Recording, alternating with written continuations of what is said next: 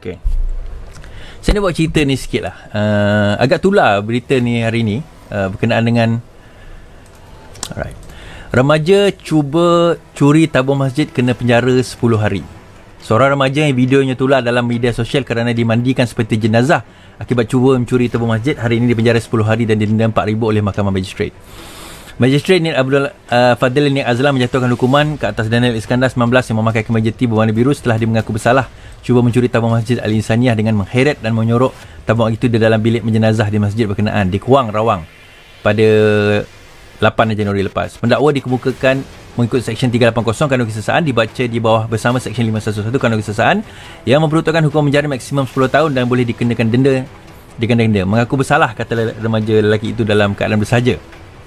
Sebelum menjatuhkan hukuman, Nik Abdul Muhammad Fadil turut menegur tindakan tertuduh yang cuba mencuri tabung masjid kerana perbuatan yang salah. Tahu apa buat? Dia orang bagi untuk masyarakat dan pembangunan masjid, awak curi letak dalam bilik jenazah pula. Harap ini jadi pengajaran dan kesedaran pada awak.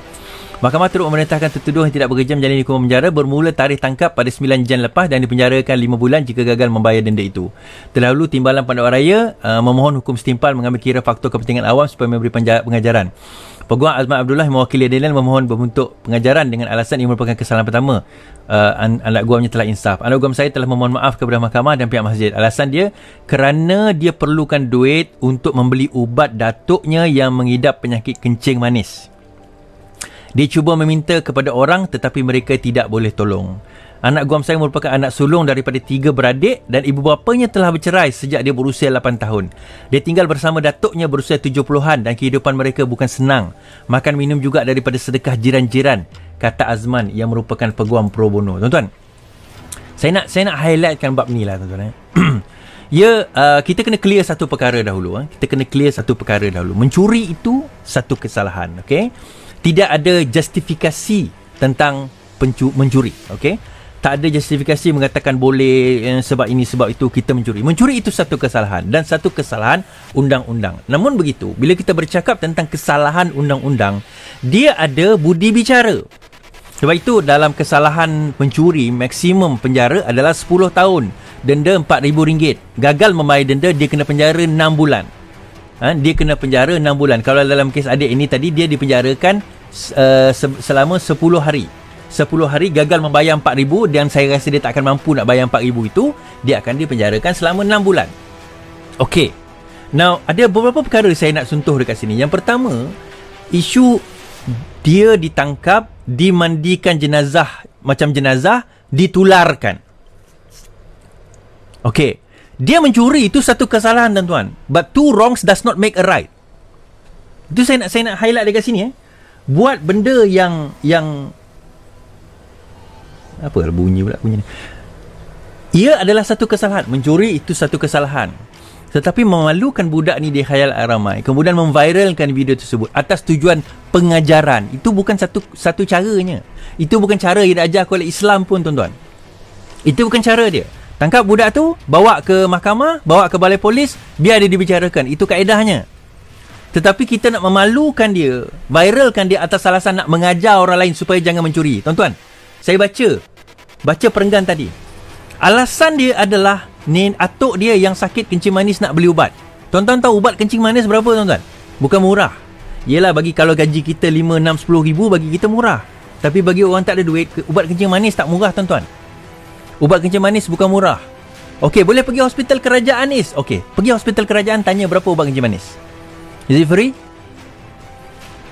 Saya nak bagi tahu kepada kita semua ni ya, budak tu buat kesalahan. Itu kita kena clear yang tu.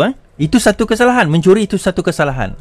Tapi pernah ke tak kita turn around, tanya dia orang, kenapa kau buat? Apa yang kau buat sehingga jadi macam ni? Kenapa berlaku sedemikian? Kenapa kau jadi macam ni? Kita dalami, kita selami, kita fahamkan kenapa dia berlaku. Masjid saya kena kampung, masjid saya di kampung tuan-tuan, 2 kali kena curi. 2 kali lah, dia lebih lah, banyak kali dah kena masuk pencuri kan. Banyak kali masuk pencuri. Dan 2 kali lah saya sempat adalah kena tangkap pencuri tu. Orang kampung saya juga budak tu. 2 orang budak. Budak kampung saya juga. Datang daripada keluarga miskin tuan-tuan. Ya, ada yang mencuri kerana dia penyakit dadah, ada yang mencuri kerana dia memang nak mencuri. Fine. Hantar dia ke pegawai polis, pegawai penyiasatan untuk diadili seadil-adilnya. Tapi tak perlulah kita nak memviralkan video tersebut.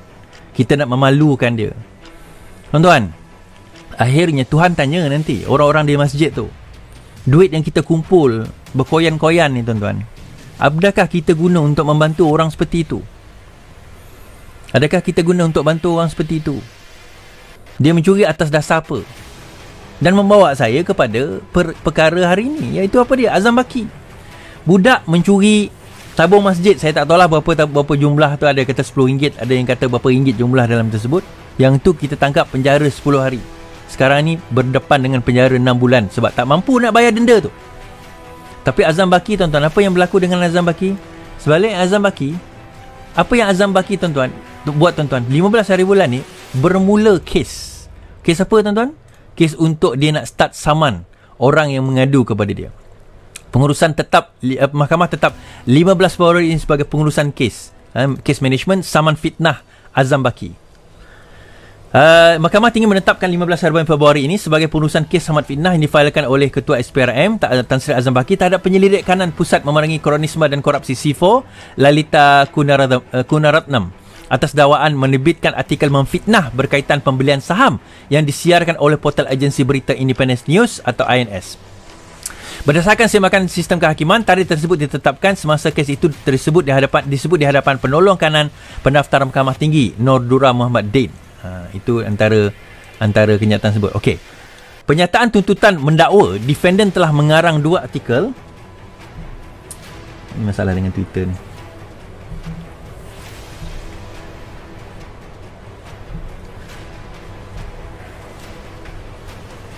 Defendant telah mengarang 2 artikel.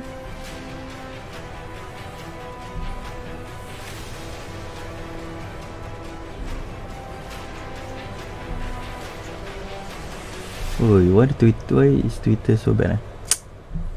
Tak maaf tuan-tuan. Okay. Sorry.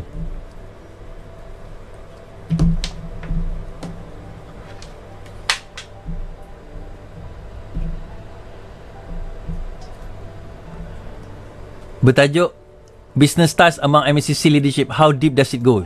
Artikel ni boleh kita jumpai dekat internet lagi. Kalau Google tajuk ini, kita boleh jumpa. Saya dah print out artikel tersebut. Mungkin satu hari nanti kita boleh baca artikel tersebut.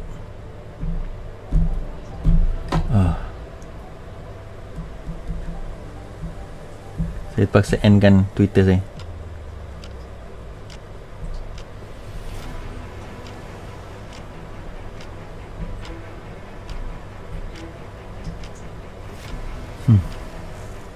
Tahu lah, saya tak faham. The space ni macam sangat problem ni.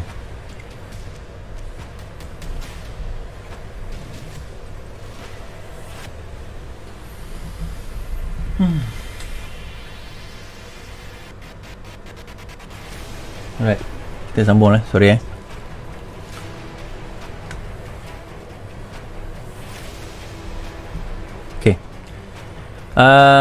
How Deep Does It Go? Yang pertama kali diterbitkan oleh Lita dalam INS pada 26 Oktober. Sebelum kedua artikel ini diterbit semula pada 15 hari bulan Disember. Dakwa plaintiff defendant cuba berkongsi pautan artikel itu di laman Twitternya atas nama Lalita Velvet untuk disiarkan kepada umum, dan pautan kepada 2 artikel ini masih boleh akses hingga kini.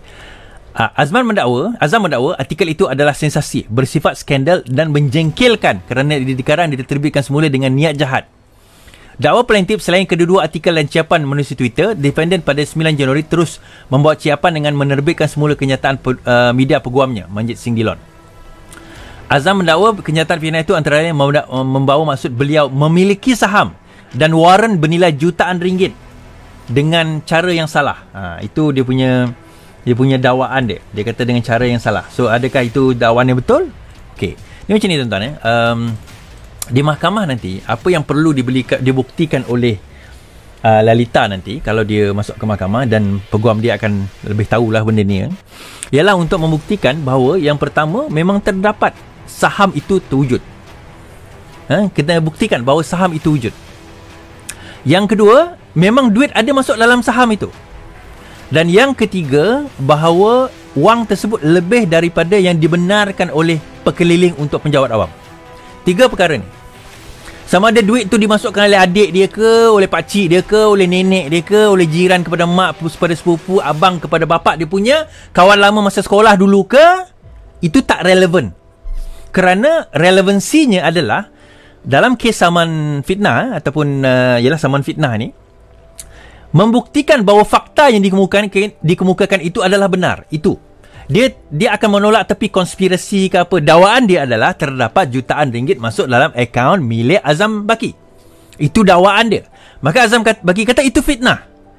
So penulis iaitu Lalita kena membuktikan bahawa ada saham milik Azam Baki dan duit masuk ke dalam akaun tersebut. 3 elemen ini sahaja. Dan berjaya membuktikan 3 elemen ini, Azam Baki punya saman ini boleh diketepikan. Boleh kalah. Okay. Now, daripada isu ni kita kena faham. Saya nak bawa perkara ini supaya tuan-tuan sendiri boleh nampak. Budak curi tabung masjid, atuk dia sakit, mak bapak bercerai umur 8 tahun. Kan? Mungkin tak ada duit, tak bekerja, kena tangkap, immediate charge, immediate bersalah.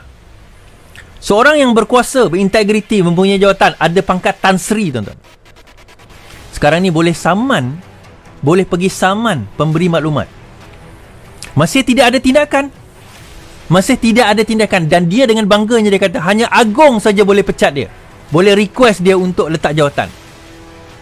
Kat mana integriti yang kita bicarakan selama ini? Kat mana kita kata semangat integriti? Dia bersalah tak bersalah, itu cerita lain. Dia dah mengakui bahawa itu adalah akaun dia. Dia dah mengakui bahawa jutaan telah masuk ke dalam akaun dia. Adik dia punya ke, adik dia guna ke, that's irrelevant, tuan-tuan. Kalau di negara kafe sana, tuan-tuan, kita nak cerita, integriti dia, ada seorang, saya tak ingat minister ke apa, terlebih belanja je duit kerajaan $4,000 ke apa silap, membeli wine. Esok letak jawatan, tuan-tuan. Ini kita orang Islam, so-called yang beragama Islam, so-called yang memegang pegangan Islam ni, dengan sombong je kita boleh kata aku tak akan letak jawatan. Letak jawatan itu tak akan mengurangkan darjat engkau. Tak payah letak jawatan lah, take a break. Okay, tak payah letak jawatan, take a break, pending investigation. Kenapa tak berani? Tuan-tuan? Sebab itu saya kaitkan cerita ni semua dengan segala apa yang berlaku hari ni, tuan-tuan. Saya